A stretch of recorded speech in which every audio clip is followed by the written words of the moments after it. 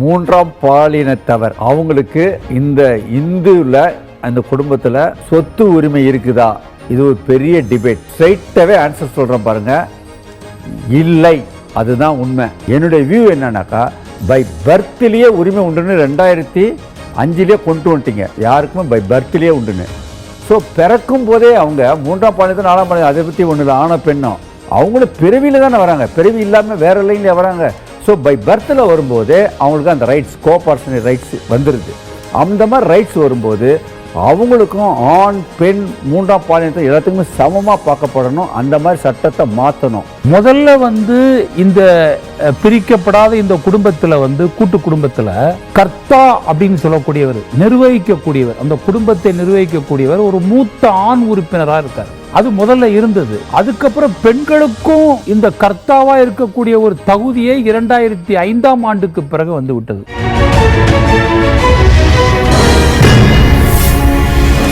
அனைவருக்கும் வணக்கம். நீங்க பார்த்து கொண்டிருப்பது புதிய யுகத்தில் சட்டமொழி வகுப்பறை. நான் யாழினி திருமுகம். இன்றைய நிகழ்ச்சியில நம்ம எதை பத்தி பார்க்க போறோம்னா HUF, அதாவது இந்து அன்டிவைடட் ஃபேமிலியை பத்தி தான் பார்க்க போறோம். இதை பத்தி தெளிவா எடுத்துரைக்கிறதுக்காக நம்ம கூட 2 சட்ட வல்லுநர்கள் இருக்காங்க. வணக்கம் சார். சார், என்னுடைய முதல் கேள்வி என்ன அப்படின்னு பார்த்தீங்கன்னா, இந்து அன்டிவைடட் ஃபேமிலினா என்ன சார்? இந்து அன்டிவைடட் ஃபேமிலி அதனாக்கா, அன்டிவைடட்னாக்கா இங்கிலீஷில் சொல்கிறாங்க, தமிழில் பிரிக்கப்படாத, பிரியப்படாத, அதாவது பிரியாமல் இருக்கக்கூடிய ஒரு இந்து குடும்பம். அந்த சட்டத்தினுடைய பார்வையில் ஒருத்தன் கல்யாணம் பண்ணினான்னு வச்சுங்க, ஹஸ்பண்ட் அண்ட் ஒய்ஃப் ஃபேமிலியாக இருக்கலாம்னாக்கா டெஃபினட்டாக அவங்க ஃபேமிலியாக இருக்கலாம். பொதுவாக எப்படி பார்க்குறாங்கனாக்கா, ஹஸ்பண்ட் அதாவது கணவன் மனைவி அவங்க பிள்ளைங்க இவங்க HUF அப்படின்னு, அதாவது இந்து அன்டிவைடட் ஃபேமிலியாக இருக்கலாம். இது என்ன பர்பஸ்னாக்கா, HUFனாலே உங்களுக்கு மைண்டு எங்கன்னாக்கா ஒரு பிஸ்னஸ் தான். பிஸ்னஸில் தான் இந்த வேர்டிங் வரும். லீகலில் விட்டுடுங்க. HUFனாலே இந்து அன்டிவைடட் ஃபேமிலினாலே பிஸ்னஸ் மோட்டிவில் தான் வந்துடும்.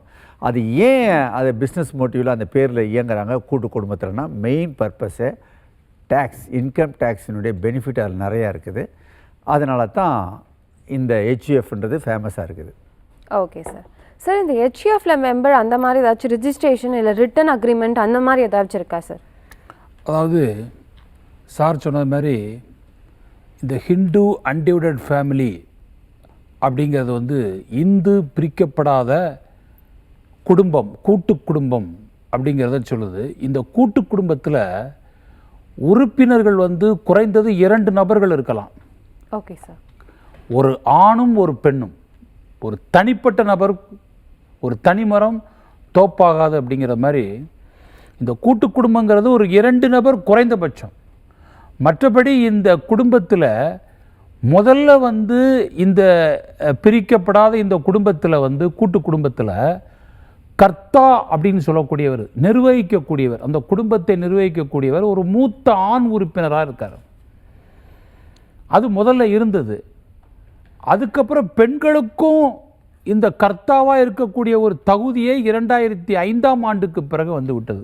மூத்த மகளும் அதில் இருக்கலாம். ஆக ஒரு குடும்பத்தில் முன்னோர்கள், தாத்தா, யாரெல்லாம் முன்னோர்கள் இருக்காங்க, தாத்தா பாட்டி எல்லாம் வந்திருக்காங்க. தாத்தாவுக்கு அப்புறம் அப்பா, அப்பாவுக்கு அப்புறம் பையன், பையன் அப்புறம் பேரன், அந்த கோப்பாசன்னு சொல்லக்கூடிய வாரிசுகள் எல்லாமே அப்படி வர்றாங்க. இது ஒரு அதான் கூட்டு குடும்பன்றது. இதில் திருமணமாகாத மகள்களும் அதில் வந்துடுறாங்க.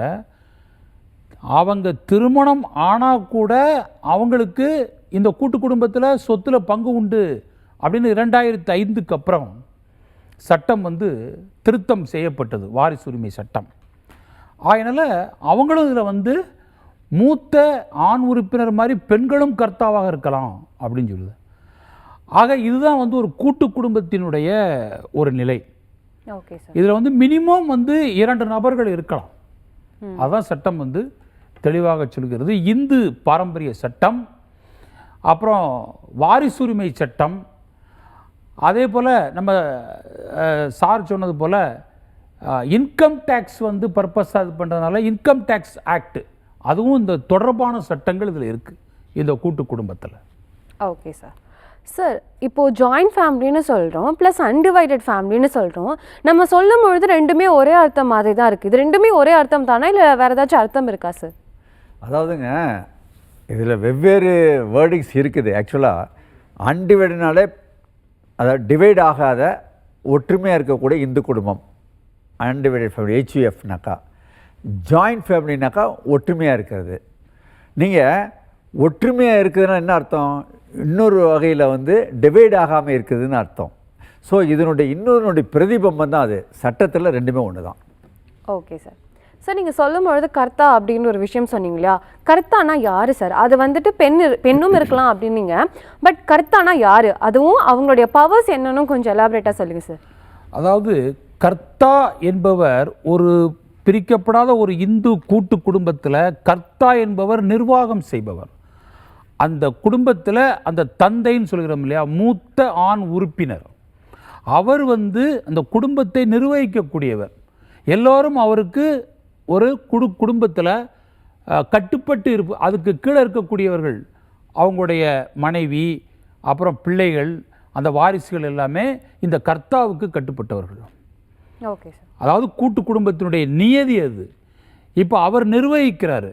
இதில் நீங்கள் சொன்ன மாதிரி வந்து 2005க்கு பிறகு தான் பெண்ணும் கர்த்தாவாக இருக்கலாம் அப்படின்னு ஒரு நிலை ஏற்பட்டு திருத்தம் கொண்டு வந்துட்டாங்க. இப்போ இதில் வந்து இந்த கர்த்தா வந்து என்ன பண்ணுறாருன்னா, அவர் எந்த முடிவு எடுத்தாலும் அவருக்கு அந்த பவர். அவருக்கு என்ன பவர்னா, ஒரு சொத்து வாங்கலாம், அவரே கையெழுத்து போடலாம், அதே மாதிரி அந்த வீட்டு குடும்ப செலவுகளை நிர்வகிக்கலாம், அவருடைய யோசனைகளை பூரா இவங்க எல்லாரும் கேட்கணும், எல்லாருக்கும் பதிலாக அவரே வந்து பேங்க் அக்கௌண்ட் ஓப்பன் பண்ணலாம், அவர் பேரில் ப்ராப்பர்ட்டி வாங்க முடியும். எல்லாமே கூட்டு குடும்ப சொத்து தான். அவருக்கு சில எல்லாமே அந்த அதிகாரத்தை கொடுத்துரு. அதுதான் கர்த்தா. கர்த்தாங்கிறது அதை நிர்வகிக்கக்கூடிய ஒரு மூத்தவர். Okay sir. சார் இப்போ கர்த்தா நம்ம பற்றி பேசிட்டு இருக்கோம் இல்லையா சார்? ஸோ கர்த்தா வந்துட்டு அவங்களுடைய பெர்மிஷன், அதாவது மிச்ச மெம்பர்ஸோடைய பெர்மிஷன் இல்லாமல் ப்ராப்பர்ட்டியை செல் பண்ண முடியுமா? அதாவதுங்க, சார் சொன்னது மாதிரியே கர்த்தாவுன்றது ஒரு பெரிய விஷயமே இல்லை. கோபார்சர்னு ஒரு வேர்டு இருக்குது. கோபார்சர்னாக்கா அவங்களும் வந்து இப்போது ஒரு கூட்டு குடும்பத்தில் இருக்காங்க. ஒவ்வொருத்தவங்களும் கோபார்சனர்னாக்கா கோ ஓனர்ஸ் மாதிரி அவங்களும் இணையான சொத்து வாரிசுதாரர்கள், கூட்டு வாரிசுதாரர்கள் அப்படின்னு சொல்லலாம். கோபார்சன் பங்காளின்னு சொல்லலையா, அந்த மாதிரி. ஸோ பங்காளிங்க 4-5 பேர் இருப்பாங்க. அவங்களாம் சேர்ந்து ஒரு இந்து ஃபேமிலியில் அன்டிவைடில் இருக்கிறாங்க அப்படின்னாக்கா கர்த்தாவுடைய வேலை, கர்த்தாவுக்கு இன்னொரு வார்த்தை கூட சொல்லலாம். இந்த கோபார்சன் சொல்கிறோம் இல்லையா, அதுலேயே மூத்த கோபார்சனர் தான் கர்த்தா, வேறு ஒன்றும் கிடையாது. அவருக்கு எக்ஸ்ட்ரா ஒரு வேலை இருக்கும். என்னன்னாக்கா கோபார்சன் ரைட்ஸ் எல்லாமே இருக்கும். எக்ஸ்ட்ரா ஒரு வந்து சார் சொல்கிறது மாதிரி நிர்வகிக்கக்கூடிய அட்மின் பவர்.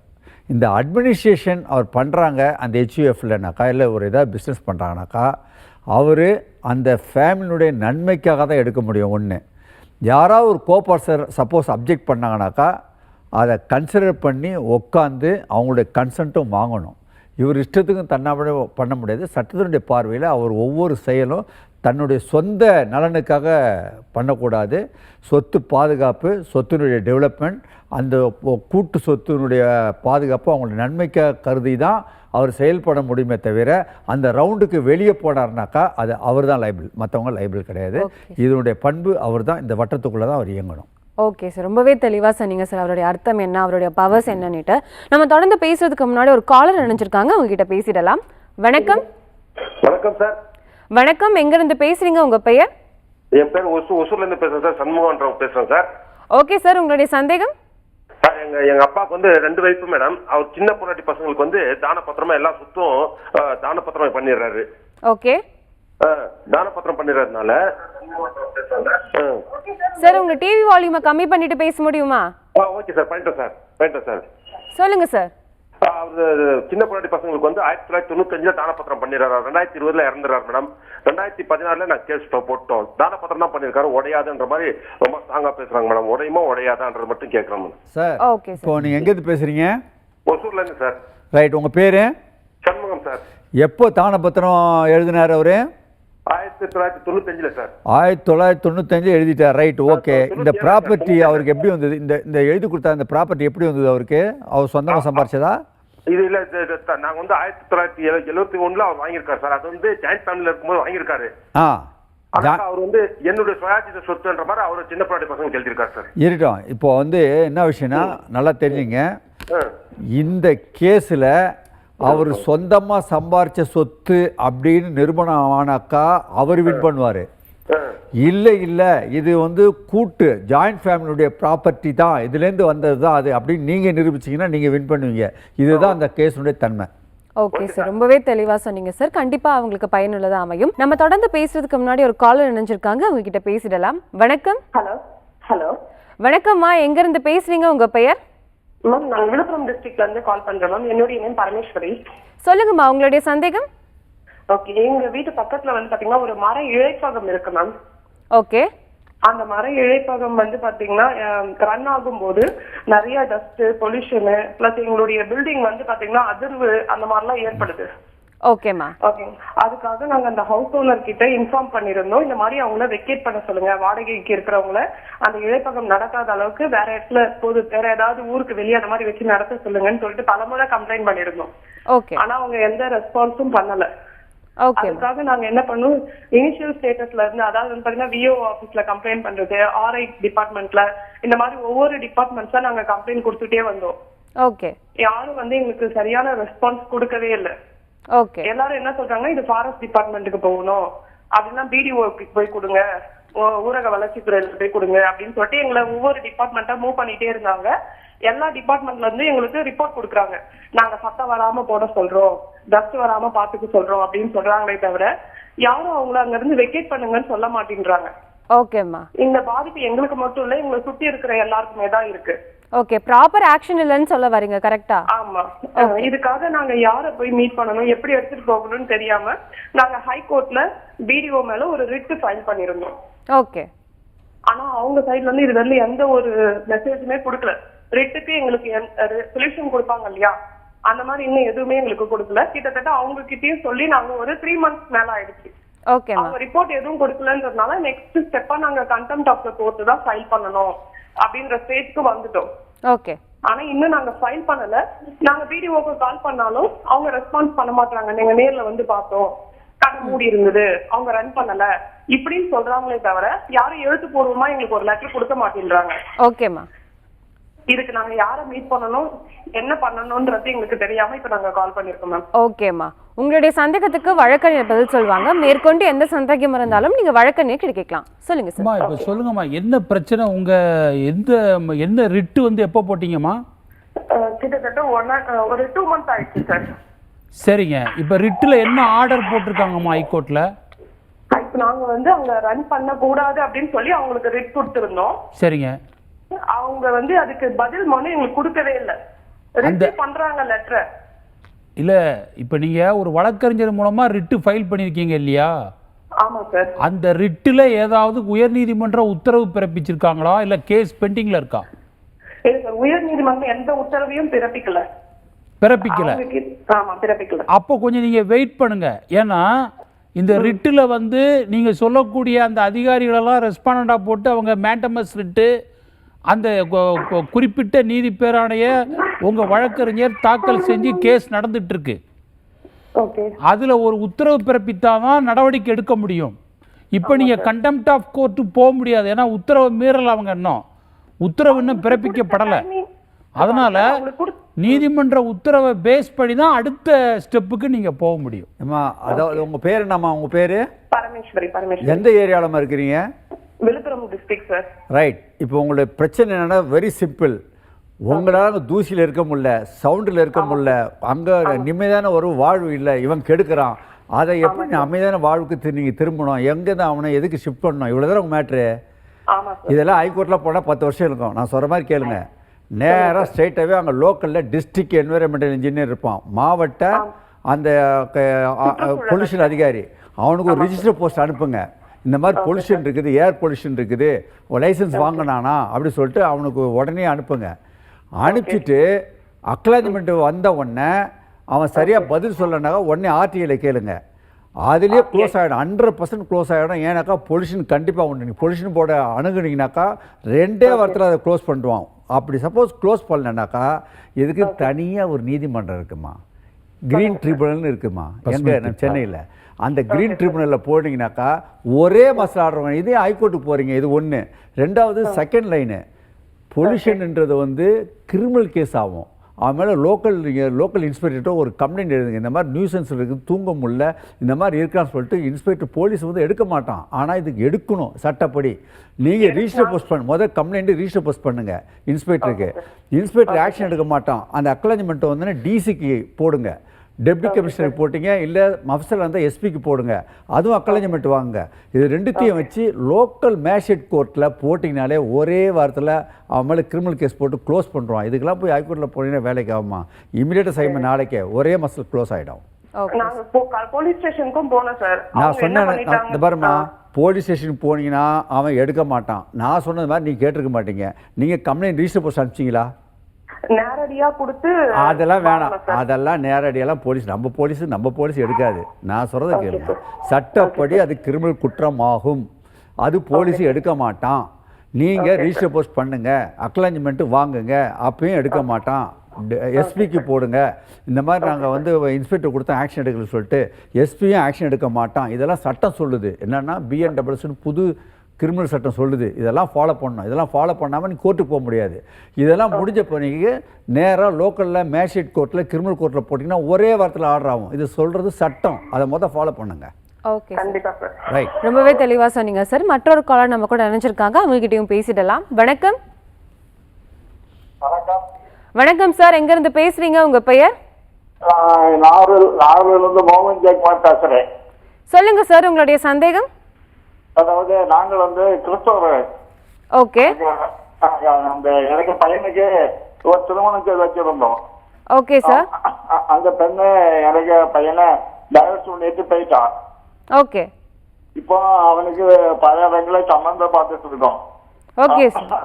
அவனுக்கு இந்து சமயத்துல பெண் பார்க்கலாமா, பிறகு இந்து சமயத்து மாதிரி திருமணம் முடிந்த பிறகு தலைப்பினிய கிறிஸ்துவ சமயத்துல சேர்க்கலாமா என்பதை பற்றி ஒரு ஆலோசனை இருந்தது. கோயில்ல முதல்ல சரின்னு சொன்னாங்க, முதல்ல முடியாதுன்னு சொன்னாங்க, கோயில்ல சரின்னு சொன்னாங்க. சட்டப்படி எப்படின்னு கேட்கிறேன்.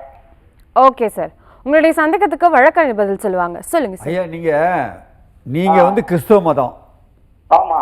நீங்க பையனை வச்சிருக்கீங்களா? ஆமா, நாங்க பையன். ரைட்டு. பொண்ணு வந்து இந்து. இல்ல, பொண்ணு வந்து முதல்ல கல்யாணம் பண்ணது வந்து கிறிஸ்தவா. சரி. அவன் வந்து டைவர்ஸ் பண்ணிட்டு போயிட்டான். அதை பத்தி ஒன்றும் பிரச்சனை இல்லை. இப்ப அந்த பொண்ணு இந்துவா கிறிஸ்டினா? முதல் பெண் வந்து கிறிஸ்தவ பெண்ணு. நீங்களும் கிறிஸ்தவம், அவங்களும் கிறிஸ்தவங்க இல்லையா? ஆமா ஆமா. தாராளமா சர்ச்சில் பண்ணிட்டு போலாமே. இதுல என்ன பிரச்சனை இருக்குது? அவங்க கல்யாணம் பண்ணது வந்து கிறிஸ்துவ பண்ணு, இப்போ டைவோர்ஸ் ஆயிடுச்சு அவங்களுக்கு. செகண்ட் வந்து இந்து அப்படின்ற மேரேஜ் பண்ணணும். இல்ல நல்லா மறுபடியும் சொல்றேன் பாருங்க. நீங்க சொல்றது என்னன்னாக்கா, நீங்க கிறிஸ்டினு, நீங்க கல்யாணம் பண்ண போற பொண்ணு ஏற்கனவே டைவர்ஸ் ஆனவங்க, அவங்களும் கிறிஸ்டினு. அதாவது முதலாவது கிறிஸ்துவ பொண்ணு கல்யாணம் பண்ணிருந்தேன், அவன் டைவர்ஸ் பண்ணிட்டு போயிட்டான். அப்புறம் இப்ப நாங்க பல இடங்களை அவனுக்கு சரியா இந்து பெண்ணா பார்த்து கல்யாணம் பண்ண. ஒரு நிமிஷம் சார், உங்களுடைய கேள்வி என்னவாக இருக்குன்னா, ஃபர்ஸ்ட் வந்துட்டு ஒரு கிறிஸ்டியன் பொண்ணை கல்யாணம் பண்ணீங்க, அது டிவோர்ஸ் ஆயிடுச்சு. இப்ப செகண்ட் ஒரு இந்து பொண்ணை கல்யாணம் பண்ணணும், எப்படி கல்யாணம் பண்றது தானே கேட்க வரீங்க? ஆமா ஆமா. ஓகே சார், சொல்லுங்க சார். இதுல ஒண்ணுமே விஷயம் இல்லைங்க. இதை மனசுல வச்சுங்க. சட்டம் என்ன சொல்லுதுன்னாக்கா, நீ ஆணு ஒரு மதம், பெண் ஒரு மதம், வெவ்வேறு மதமா இருந்தா ஸ்பெஷல் மேரேஜ் ஆக்ட்னு ஒன்று இருக்குது. சிறப்பு அந்த மேரேஜ் திருமண சட்டம் இருக்குது, அதில் பதிவு பண்ணலாம். என்னன்னா, இவங்க ரெண்டு பேருமே வந்து இவங்க ஒரு மதம் வேறுபட்டு இருந்தால் ஸ்பெஷல் மேரேஜ் ஆக்டை நீங்கள் பண்ணலாம். மதம் ஒன்றா இருந்தால் அதில் ஒன்றும் பிரச்சனையே இல்லை. அழகாக அந்தந்த மதத்துப்படி ரைச்சுவல்ஸ் படி அந்த முறைப்படி நீங்கள் பண்ணிக்கலாம். இதுதான் மேட்ரு. நம்ம தொடர்ந்து பேசுறதுக்கு முன்னாடி காலர் ஒருத்தவங்க இணைஞ்சிருக்காங்க, அவங்க கிட்ட பேசிடலாம். வணக்கம். வணக்கம் மேடம், என்னோட பேர் ராஜன் மேடம். ஓகே சார், எங்க இருந்து பேசுறீங்க? மேடம், சேலம் மாவட்டத்துல இருந்து பேசுறேங்க மேடம். ஓகே சார், உங்களுடைய சந்தேகத்தை நீங்க நேரடியா அட்வொகேட் கிட்ட கேட்கலாம். சொல்லுங்க சார். சார், நாங்க புதுசா ஒரு வீடு கட்டியிருக்கோம். அதுக்கு முன்னாடி பாத்தீங்க அப்படின்னா கவர்மெண்டோட டாஸ்மாக் அரசு மதுபான கடையும் பாரும் இருக்கு சார். இதை காலி பண்ண சொல்லி நாங்க வந்து கலெக்டரேட்ல மனு கொடுத்துட்டு இருக்கோம் ஒரு வருஷமா. எந்த ஆக்ஷனும் இது வரைக்கும் எடுக்கலைங்க சார். சரி, என்ன பண்றீங்கன்னா அதை பாருங்க, டாஸ்மாக் கடை எங்கெங்க இருக்கான்னு சொல்லிட்டு தனியா ஒரு கவர்மெண்ட் ஆர்டரே போட்டிருக்காங்க. அந்த கவர்மெண்ட் ஆர்டரு அந்த கண்டிஷனுக்கு உட்பட்டு அந்த இடத்துல கடை இருந்தால் நீங்க அது ஒண்ணுமே பண்ண முடியாது. நம்பர் 1. ஆனால் அதில் ஒரு கண்டிஷன் வந்து வாழ்வாதாரம், அதாவது சுற்றி குடும்பம் வாழ்கிற இடத்துல டாஸ்மாக் கடை இருக்கக்கூடாதுன்ற ஒரு கண்டிஷன் இருக்குது. அதனால் முதல்ல ஜியோவை பாருங்கள். ஜியோவில் பார்த்து எந்த கண்டிஷன் வயலேட் பண்ணியிருக்காங்கன்னா அதை மென்ஷன் பண்ணி நீங்கள் எழுதினீங்கன்னாக்கா உடனடியாக ரிமூவ் பண்ணுவாங்க.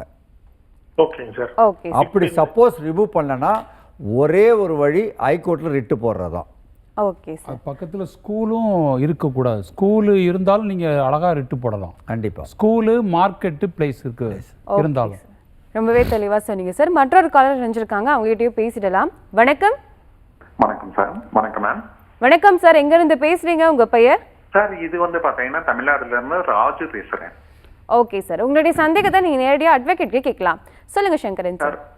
சார் வணக்கம் சார். வணக்கம் சார். இது வந்து பார்த்தீங்கன்னா என்னுடைய அண்ணன் வந்து பார்த்தீங்கன்னா நான் தமிழ்நாட்டில் இருக்காருன்னு வந்தீங்க. நாங்கள் 2 அண்ணன் தம்பி. சொல்லுங்க. சரிங்களா.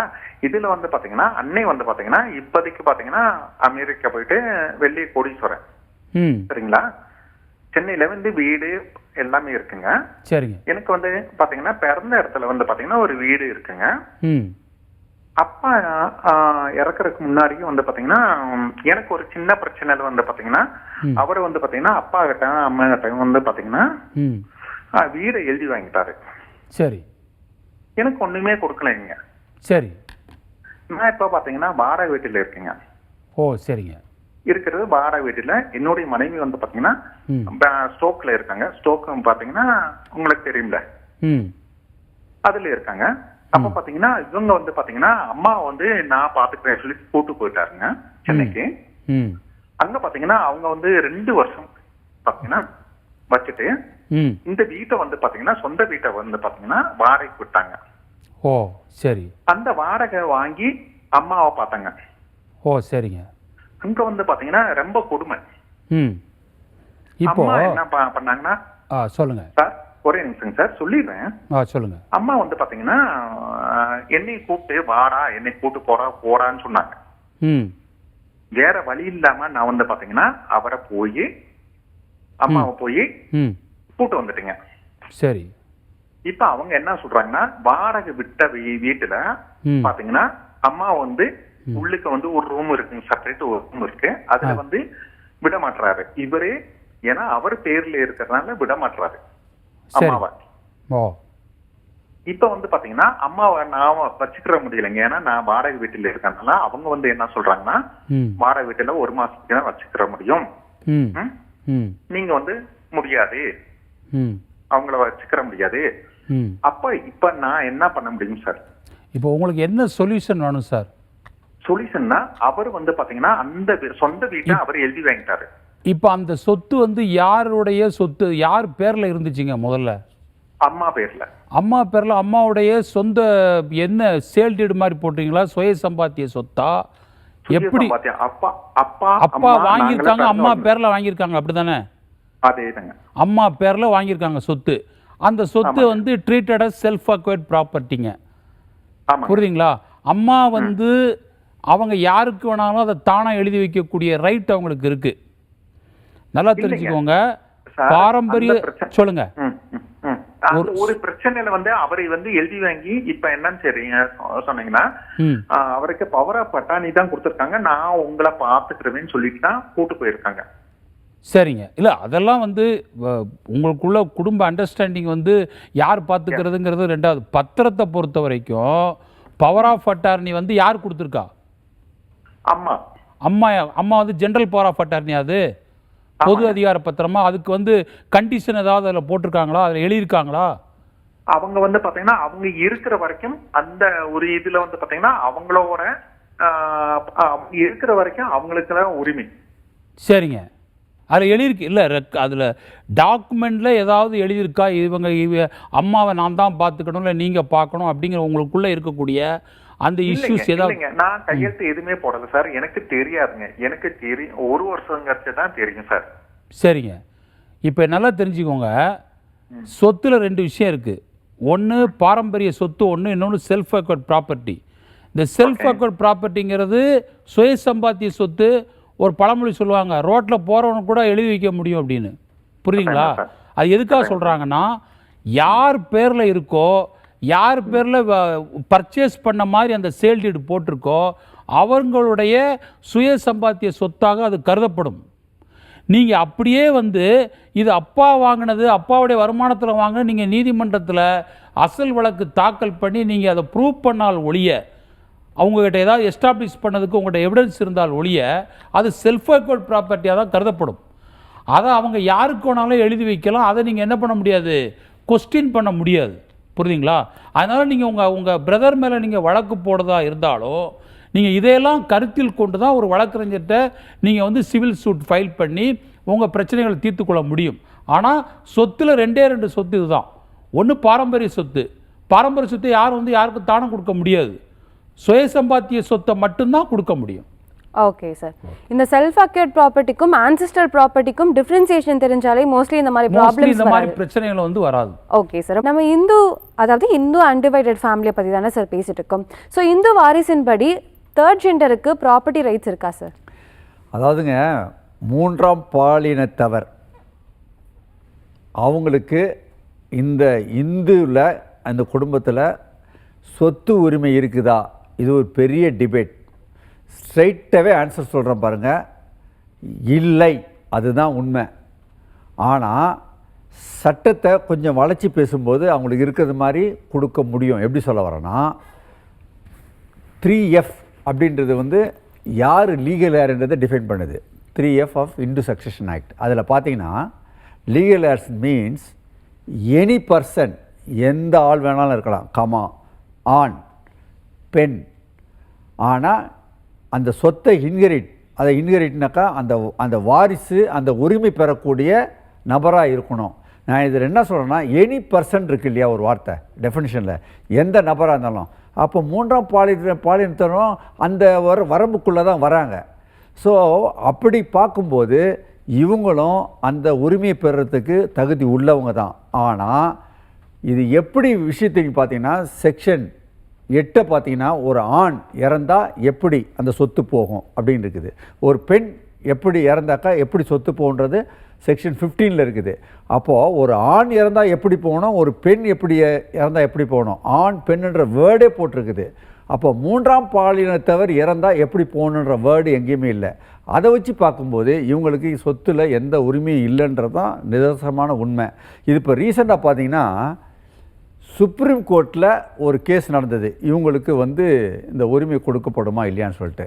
அதில் கூட சரிதான், பஞ்சா எஸ், இவங்க மேல் அப்படின்ற டெஃபினிஷனில், ஆண் டெஃபினிஷனில் இவங்க வருவாங்க, இவங்களுக்கு உரிமை உண்டுன்னு சுப்ரீம் கோர்ட் கூட சொல்லலை.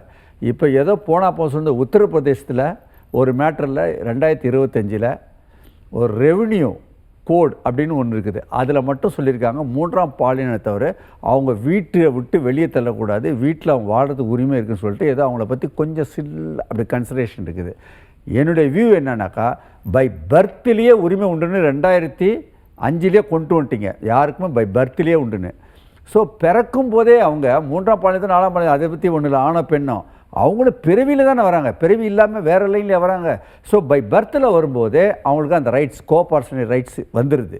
அந்த மாதிரி ரைட்ஸ் வரும்போது அவங்களுக்கும் ஆண் பெண் மூன்றாம் பாலினத்தை எல்லாத்துக்குமே சமமாக பார்க்கப்படணும். அந்த மாதிரி சட்டத்தை மாற்றணும்.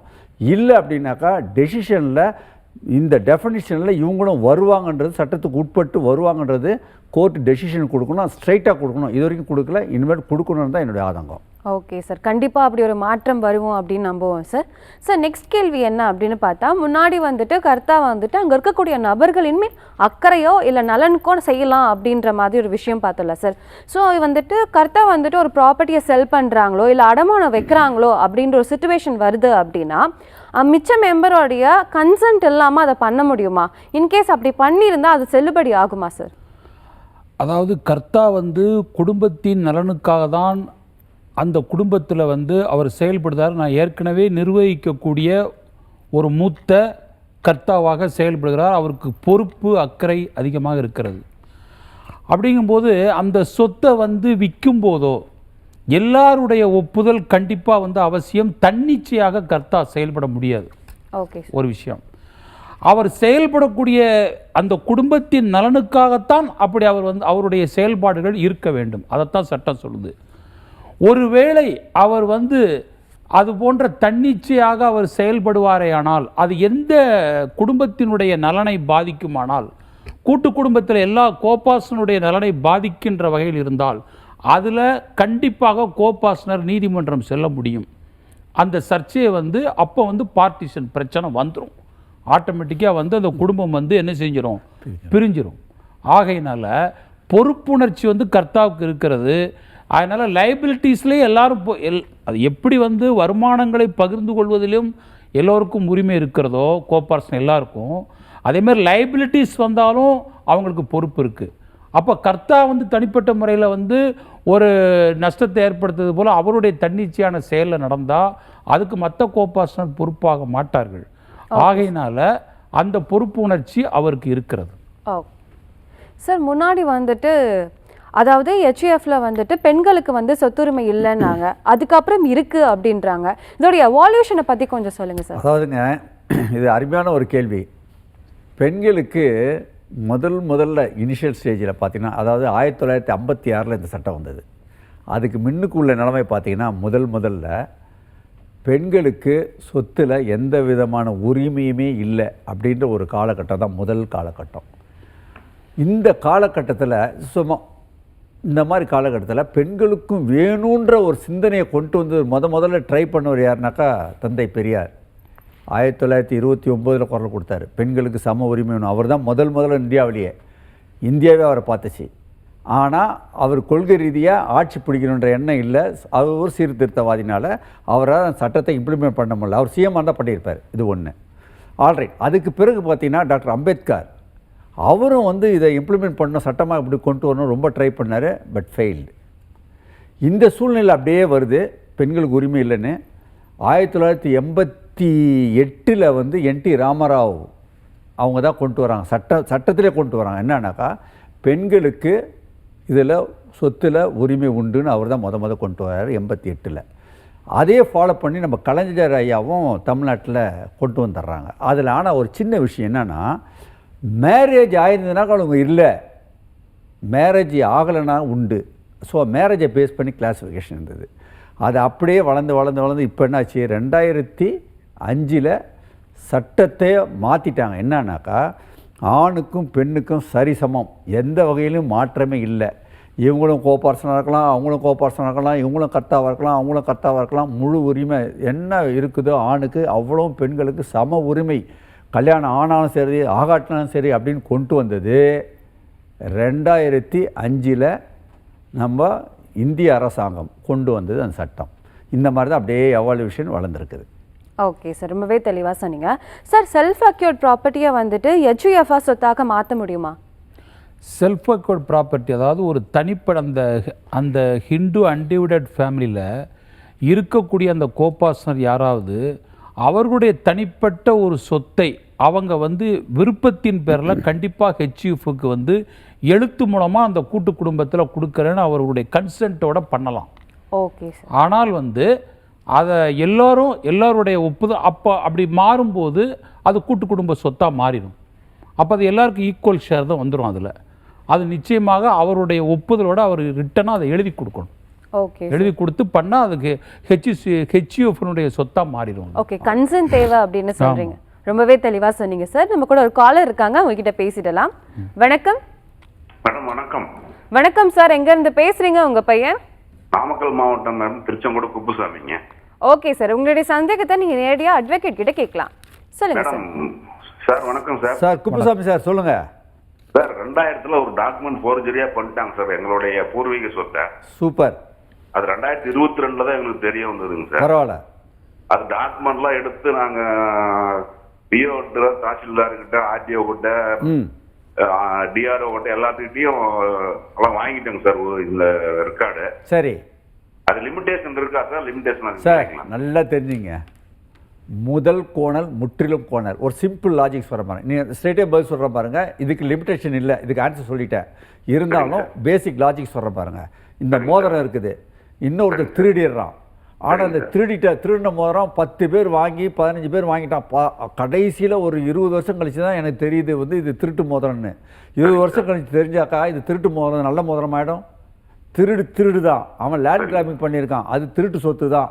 அது இன்னும் 100 வருஷம்லாம் திருட்டு சொத்து தான். அந்த வாகனங்களுக்கு எந்த உரிமையும் இல்லை. இதுக்கு டைம் லிமிட்டே கிடையாது. நீங்கள் தாராளமாக லேண்ட் கிராபிங் ஆக்டில் போடலாம். இதுக்கு கிளியராக சொல்கிறேன் பாருங்கள். உங்கள் டிஸ்ட்ரிக்டில் டிஸ்ட்ரிக்ட் கிரைம் பிரான்ச்சுன்னு இருக்கும்.